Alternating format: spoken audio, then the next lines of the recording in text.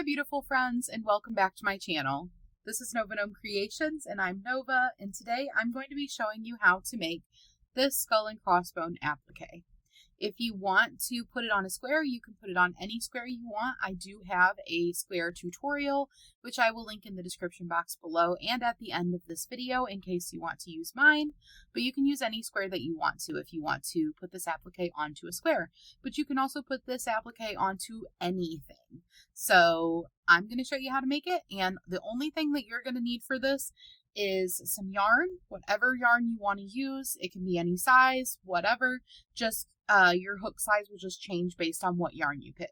So I'm going to be using a worsted weight yarn and a 5mm crochet hook. So if you're using a worsted weight yarn, you might also want to use a 5mm crochet hook.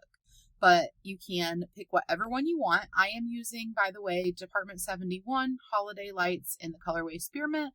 This is from Hirschner's, not sponsored. Anyways, let's go ahead and jump into it.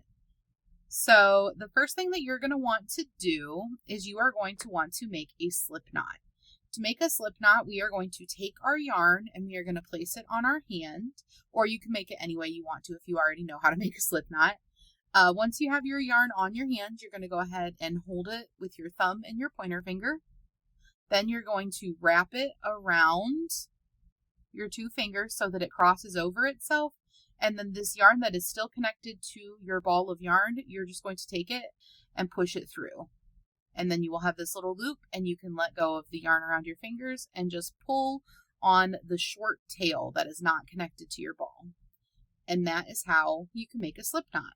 That's how I make my slip knots. All right, and then we're going to place that on our hook, and you're going to pull on the yarn that's connected to your ball of yarn or your skein of yarn, and that will tighten up your slip knot for you. Once you've got that slip knot, we are going to chain two. So you're going to yarn over your hook and pull that loop through the loop that you already had from your slip knot. Then we are going to do that same thing again, yarn over your hook and pull through. And that is 2 chains. So what we're going to do is we are going to crochet into our first chain. So this little spot right here from our first chain, we are going to work double crochets into it. So what you do for that is you yarn over your hook, then you're going to go through that first chain, which is right here. Then you're going to yarn over your hook again and pull up that loop. Then you're going to yarn over and pull through 2, yarn over and pull through 2. That is a double crochet. Okay? We are going to do that a total of 8 times. So you have the one that we just did, and then we are going to make 7 more double crochets into that first loop. So we're just double crocheting still into that first chain. And this is 3 double crochets, 4 double crochets, and 5, 6, 7, and 8. If you prefer, you can do a magic circle here as well. Instead of doing this chaining method and working into that first chain, if you prefer, you can do a magic circle. I actually do love the magic circle, but for this particular project, I chose to do this just because it's more secure for what I'm doing. But you can do it either way. So you want to make sure that you have 8 double crochets. 1, 2, 3, 4, 5, 6, 7, and 8. You will have that chain from when we started, and you're just going to ignore that. That second chain, that was just to get us to the height we wanted. We are going to go ahead. Oh, right, we're not slip stitching. We are going to go ahead and chain 5. I almost just went on autopilot there.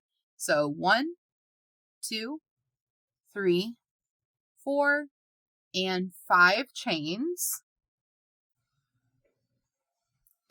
Then we are going to go back into the same spot we've been doing all of our stitches, and we are going to double crochet.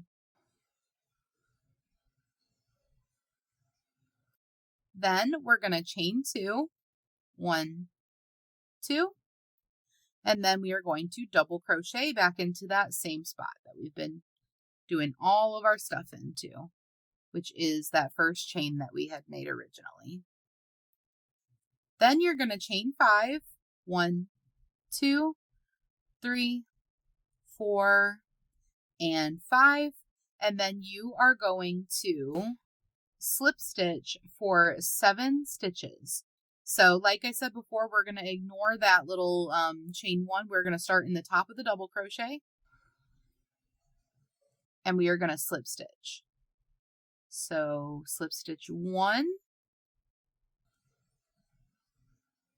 2, 3, 4, 5, 6, and 7. Then we are going to single crochet 1 time into this top of this last double crochet. And then we are going to work our first bone. So to do our bone, we are going to chain 5, 2, 3, 4, and 5. Then we're going to skip the first chain from our hook and go into that second chain. Into the second chain, we are going to work a half double crochet, which is worked by yarning over, going through the stitch and pulling up a loop, and then yarning over and pulling through all 3 loops on your hook. Then into that same chain that we just worked that half double crochet, we are going to work a slip stitch, another half double crochet, and another slip stitch. Then we have 3 chains remaining that we just made, and we are just going to slip stitch in each of them. So 1 slip stitch in each of those 3 chains. And that creates your first little bone.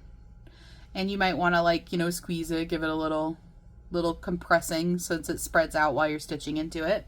Then we're going to single crochet 2 times into this next chain gap. And we're going to make another bone, and we're going to do it the same way. We are going to chain 5, and into that second chain from the hook, skipping the first one, you're going to half double crochet, slip stitch, half double crochet, and slip stitch, all in that same chain. Then there are going to be 3 chains remaining on this chain 5 that we did, and you are just going to slip stitch in each of those 3 chains. And there is your second bone. Then we are going to, in the same chain space that we just worked those 2 single crochets, we are going to work 3 single crochets.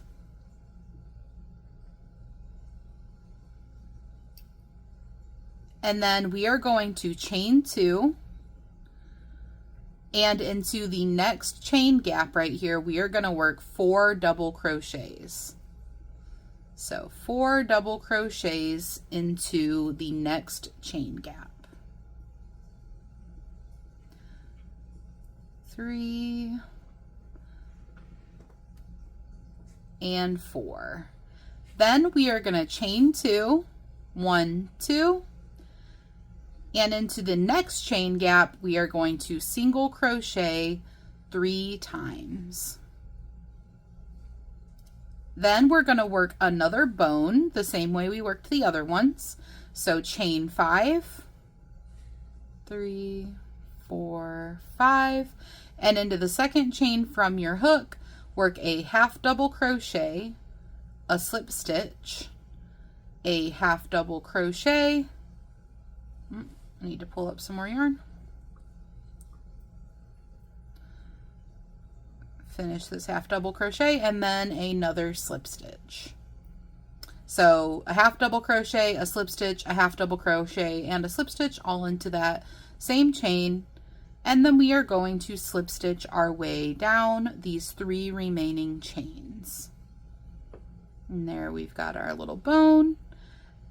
Then we are going to single crochet 2 more times into the same chain space that we just worked those 3 single crochets and then our bone. So 2 single crochets. Then we're going to work another bone. So chain 5,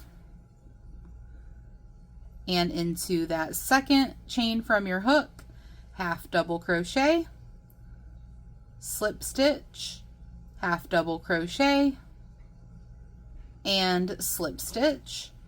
And then we are going to slip stitch into those 3 remaining chains. And that is going to be our last bone. And then you are going to work 1 more single crochet. And that is going to be in this first stitch after here where we had done the slip stitching. You're just going to work a single crochet into there. And that is it. You can either tie off here and then sew to kind of connect here a little bit, or you can do a slip stitch here. If you want to do a slip stitch, you'll just go through and do it this way. If you prefer like a little bit more of a seamless look, you can omit doing that slip stitch here and then just sew the beginning and the end together. That's totally up to you. Then to tie off, I like to do a chain 1 because it creates a little knot, and I like the feeling of having that little bit of extra security at the end. And then I'm going to leave myself a nice long tail for attaching this to a square. Oops, that's probably a little bit longer than it needed to be. And then I am going to show you one more thing before we finish this, and that is to grab your yarn tail from where we started our project and put that onto your needle. You can use whatever needle you are most comfortable with. You can use a yarn needle, like one of those little plastic ones, or a bent tip needle, or just a regular sewing needle. And what we're going to do is, where we started, there is this circle that we worked all of our stitches in to start. We want to close that up. If you did a magic circle, you should be able just to pull on your tail and close it up. But if you didn't, all you got to do is take your needle and go through and basically just stitch through these first stitches we did. And as you're going through, just pull on your yarn tail. So I'm just going around and kind of picking up those stitches around that circle and then cinching it up by pulling on my yarn tail. Now, like I said, if you did a magic circle, it's really easy to just pull the magic circle shut, but you'll probably still want to stitch around like this to secure your circle so that it doesn't open up over time, because they definitely can. Magic circles can definitely open up over time. And that is why for this particular project, I actually chose to do the chain method to start, because it's going on a square that's going on a wearable and could see a lot of washes. And when things get washed a lot, the magic circles have a tendency to open. I've never had it happen, but I've seen a lot of stories, so I just err on the side of caution. And once you've got that woven in, until you're happy with how secure it is, not just your magic circle or your chain start, but also just to hide your tail, then you are done.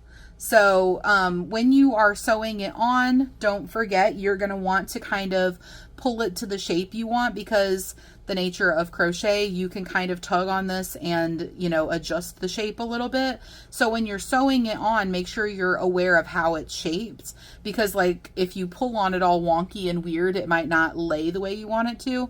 So just kind of, you know, fluff it into shape and check on it as you're sewing it on. But that is how you make the skull applique. So if you would like a square tutorial, I will have one linked below in the description box and also at the end of this video. But I hope that you enjoyed this applique tutorial. If you are not subscribed already, I would absolutely love it if you joined the Nomies, which is what I call my subscribers, and came to hang out with me in my cozy little corner of YouTube. So hit that subscribe button and come back and hang out with us. I post tutorials, but I also post crochet vlogs, just chit chat, hanging out, you know, that kind of stuff. I do make patterns, just, you never know what we get up to around here. And if you liked this, please drop a comment below and let me know that you enjoyed it. If you made it, I would love to see it. You can post on my community tab here on YouTube. You can tag me on Instagram, or my email is always in the description box below. I hope you have a beautiful rest of your day, and I will see you on the next video. Bye, guys.